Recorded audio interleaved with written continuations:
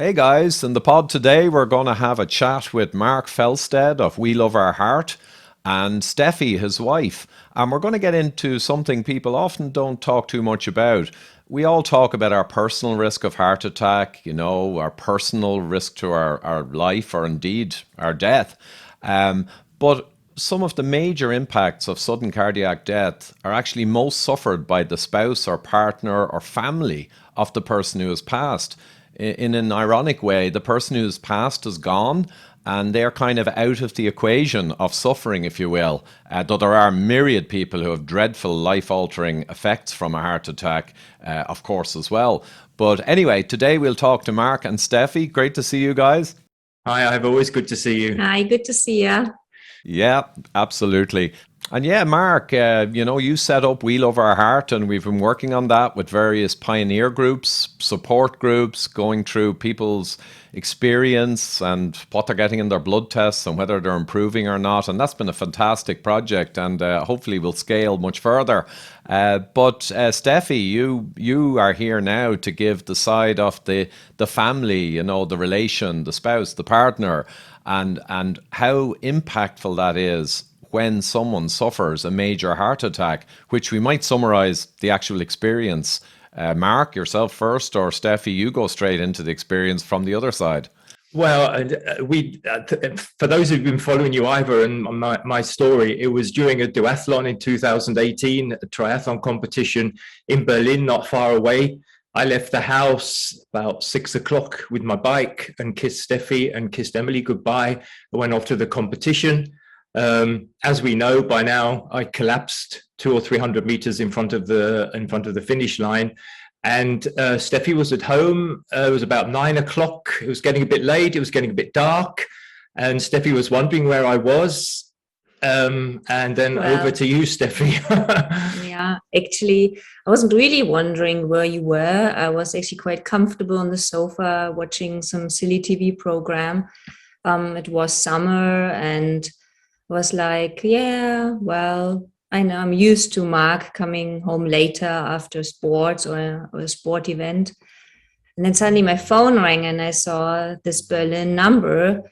And I was like, okay, that's a bit strange. So possibly a colleague calling me. So I answered my phone, really not expecting anything.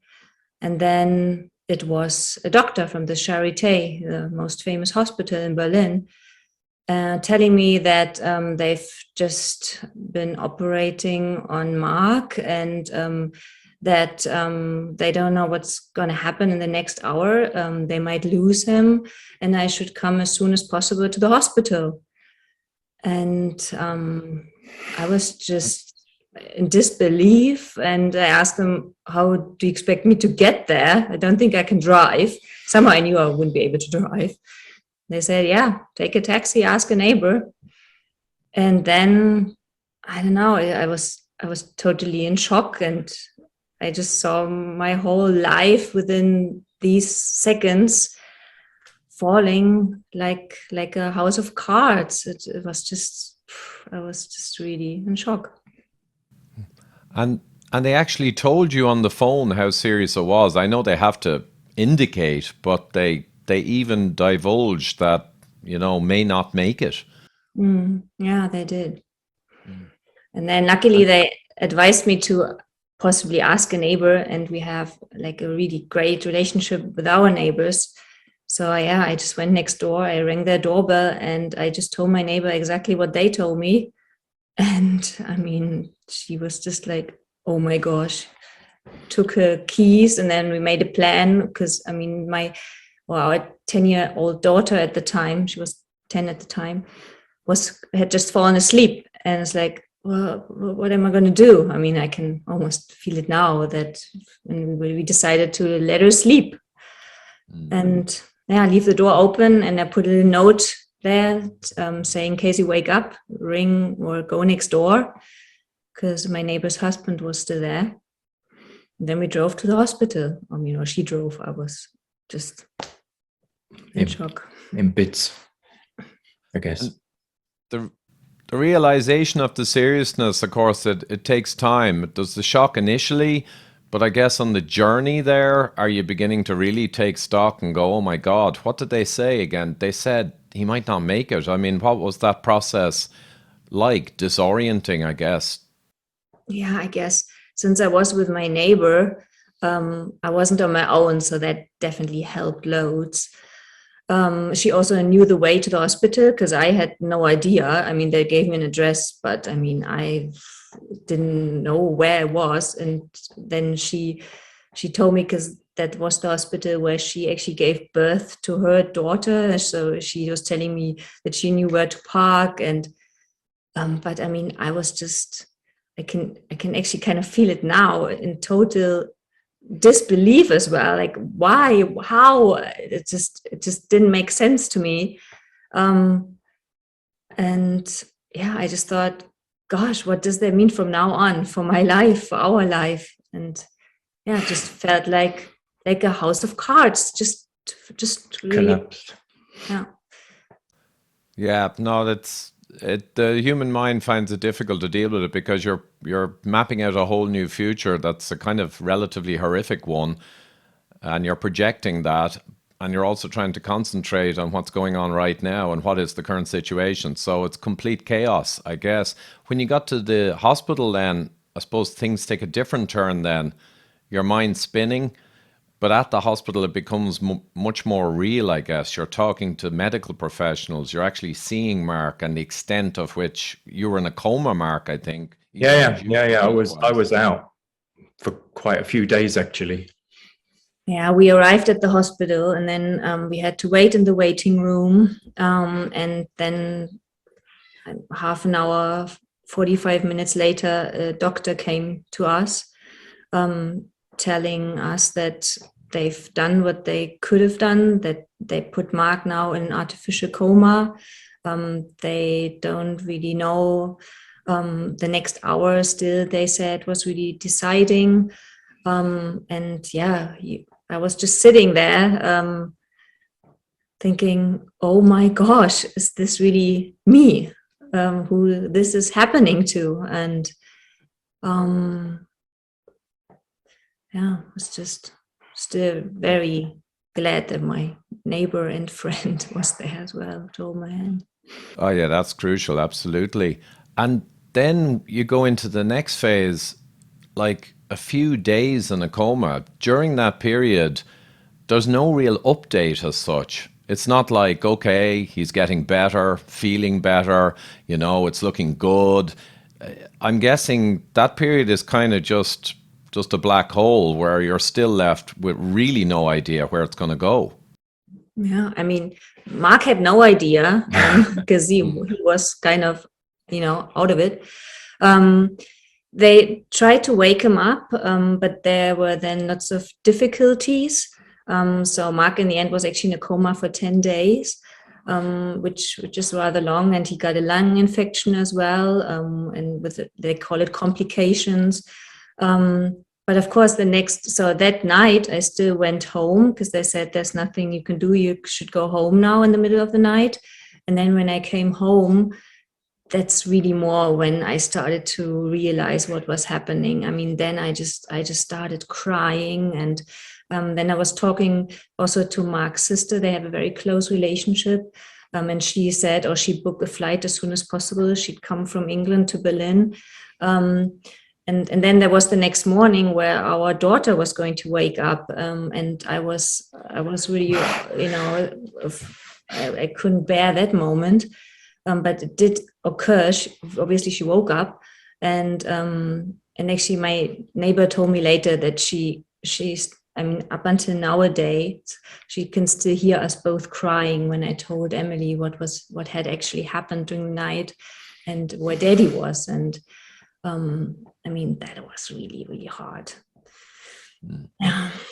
That's another huge aspect. The children, whatever about the kind of suffering of the adult partner, but the children, of course, it's just so hard for them to understand this kind of thing, and so shocking. Especially if you have one or two kids, they're kind of isolated now. One of the key members of the family is potentially out for good. It's such a huge thing for a child to have to take in. And sleep as well. I have a big thing about sleep for health, but also one thing in the very stressful periods of my life, of course, it affects your sleep. And then if you don't sleep as well, everything looks darker in the morning. Naturally it brings in a depression. So how did you get on in terms of sleeping with this reality spinning through your head? Again, I must say I was really fortunate at the time that then even already the next day Mark's sister arrived, and when Mark was in a coma for those 10 days, she was always with us. She left everything. She Dropped everything. Dropped everything. She dropped her job. She was self-employed at the time. She said, "Oh, it's okay. I can just leave it."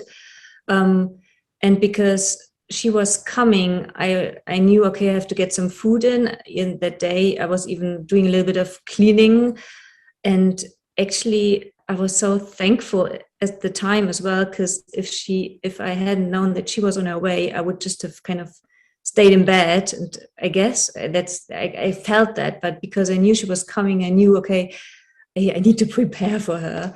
And then she was there, and then she's just amazing. She's really organized. She made a list of everything we have to do, who to call, and I was always with her, and she was so supportive in every respect.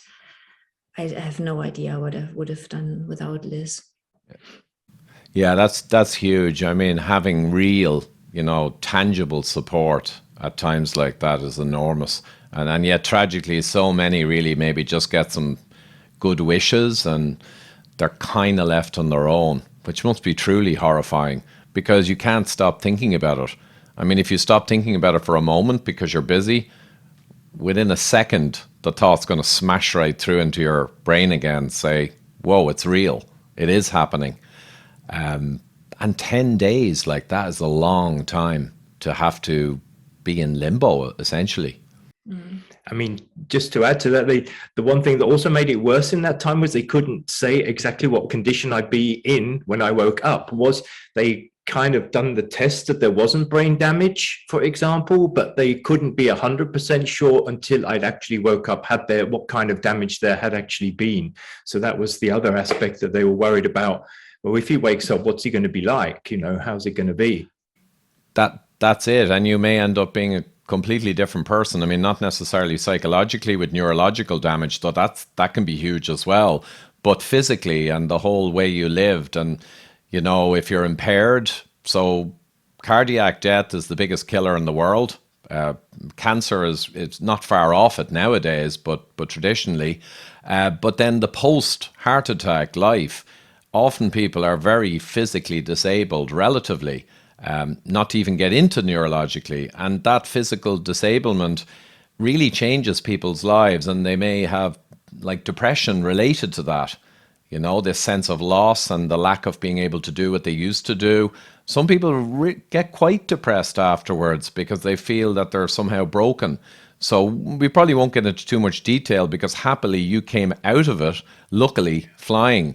But just to make people aware, there's a vast amount of post-heart attack suffering that goes on that in your case, luckily, did not occur. No, Mark is one of the 1% actually who come out of it like Mark did. Bounce back. But it's very interesting, Ivan. We talk all the time about, cardiologists, doctors, and all the rest of it. Through all this process, I never had any kind of consultation or talking about the psychological aspects of a near-death experience.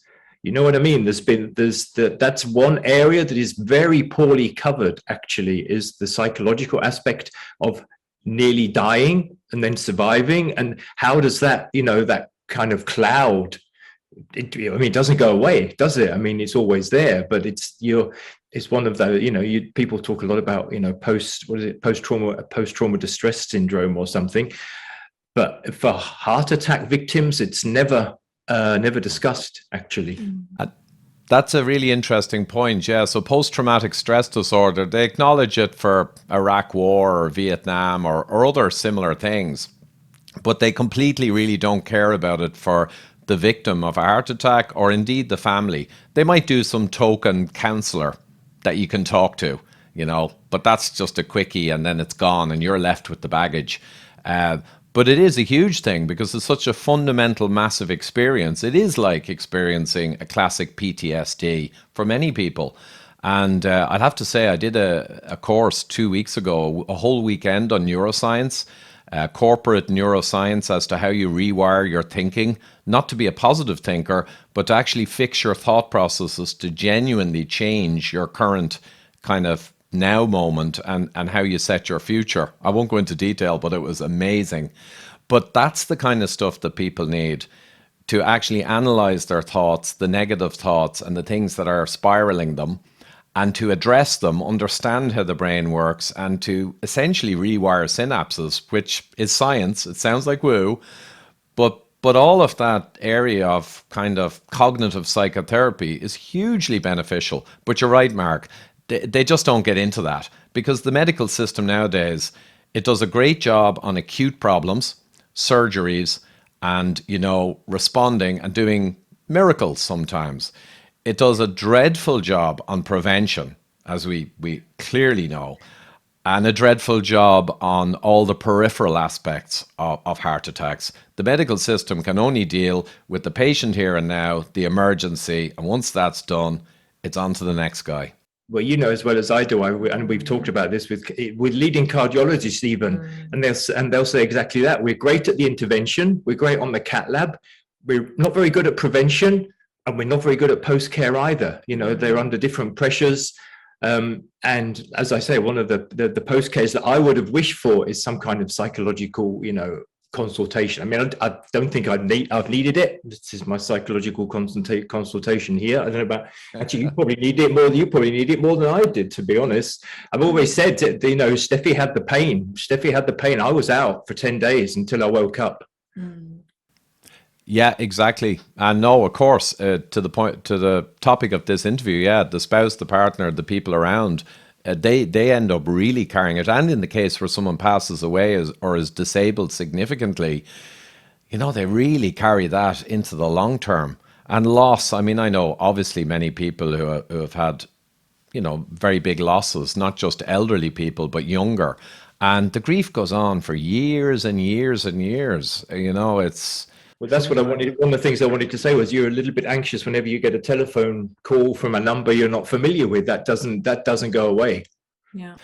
Yeah, and that interesting enough, that's the neuroscience thing as well, that you are rewired, particularly during very emotional periods, and it can wire you to be risk averse and sensitive in the future. That's the way the brain works. That's the way evolution works.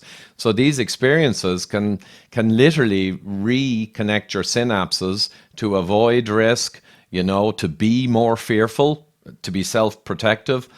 And all of these things are going on, but they all impact your future life, which again comes back to understanding this science is so important, or having proper counselling to avoid all of that side of the problem. What's very interesting when we talk about that is that because I have actually almost no memory whatsoever of my event, I'm not actually that anxious about, you'd think about running or riding my bike, I'd be thinking, oh, any minute now, but I don't have those fears because I don't actually have a conscious memory of that actual moment that it happened. And the doctor said to me afterwards that, your brain protects it by, like basically resetting the hard drive and wiping out that experience. You're lucky if you can do that. And I just a couple of quotes from, I don't want to go on about this course, but it was amazing. It was Joe Dispenza, I think the guy's name is. I'm a big fan of Joe's. Oh, right, yeah. And I thought as I got close to it, I'd agreed with a couple of business buddies, I'd go along. And then a couple of days before it, a lot of the WhatsApp group were talking about kind of meditation and energy. And I thought, oh, hold on a minute. What am I getting into here? But thankfully, the whole thing was a corporate course. And yeah, there were a lot of people who go deeper into meditation, but that was fine. But the facts are amazing that from the age of 35, 95% of the thoughts you have each day, and you have around 60,000 thoughts, 95% of them are wired from your past. It's like, wow. So the person you are today who sets your future is essentially programmed by your past. And the other one was 70% of those 60,000 thoughts are the exact same as the ones you had the day before. So we actually become trapped by our psychology. So you were very lucky to not wire in a lot of, trauma-based, fear-based kind of circuitry, which would have hampered you. But if you do, you kind of end up a slave to it for the rest of your life. But if you understand it, I always want to end on a positive note. If you understand this, you can actually analyze it, self-analyze, and essentially rewire those synapses through processes, scientific processes, not through kind of woo and crystals. And I've been unconsciously using that. I'm obviously in a very stressful type of role. I'm attacked by people all over the world. I end up in newspapers calling me terrible things. And people say, "Are you not affected, Ivor? Or how do you keep going?"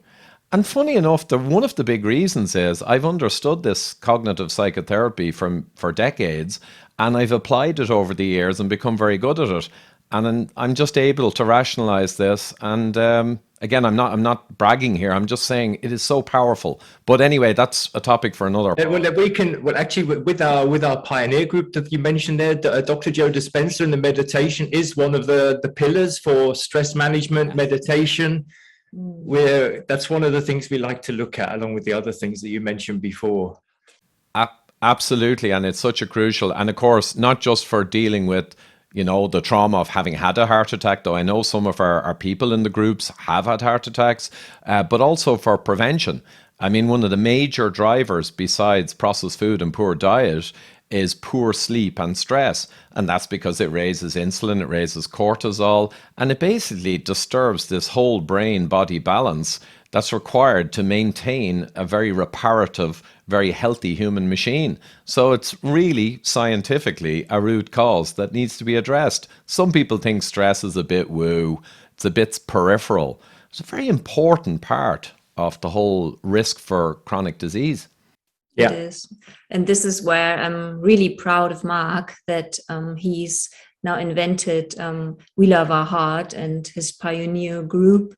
And he's actually talking to people who've experienced something similar like he has, that he can exchange his fears and thoughts and theirs. Because, of course, I mean, I was there, but I can't on a daily basis talk about it. I mean, now it's also been 3 years. And actually time does heal and help to also see things differently again, because for the first year, Mark was not allowed on his bike. Mark was not allowed to do any sport.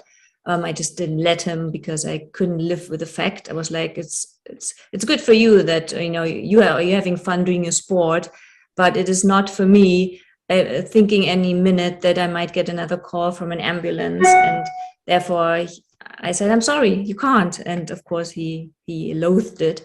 But that has changed a little. So now he's allowed to do sport. And I'm fine with it, because life is more to Yeah, we do the exercise, we do the moderate exercise. I don't, train like I used to train, but still feels good on a bike, for sure. Yeah, exactly. And, it just reminds me, Steffi, of I'm interviewing shortly Dr. Malcolm Kendrick, who's kind of a genius in heart disease. Thickens, yeah.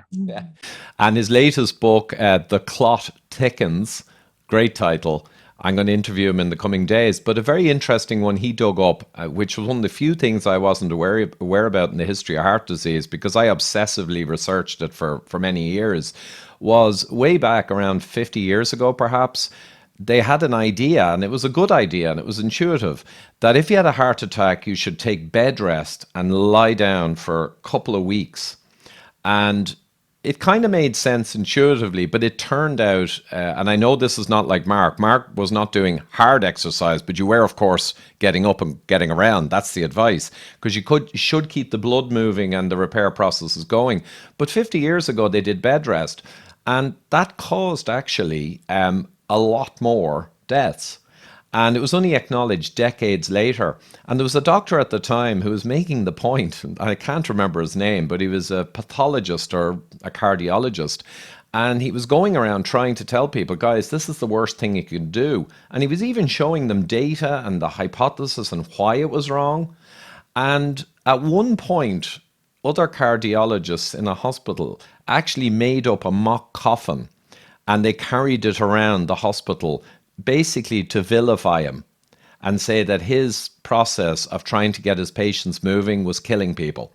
So the system reacted against him violently, and yet he was correct. And it's just an interesting historical side note that science has gotten things very wrong very many times, and people nowadays seem to think, oh, well, the science says, but they're not scientists. And that's what we're here to question behind the science, right? Oh, yeah. The Science is the constant debate, open debate, zero censorship ever, unless someone's being malicious or breaking the law. And that's how science progresses. Otherwise, science actually goes backwards.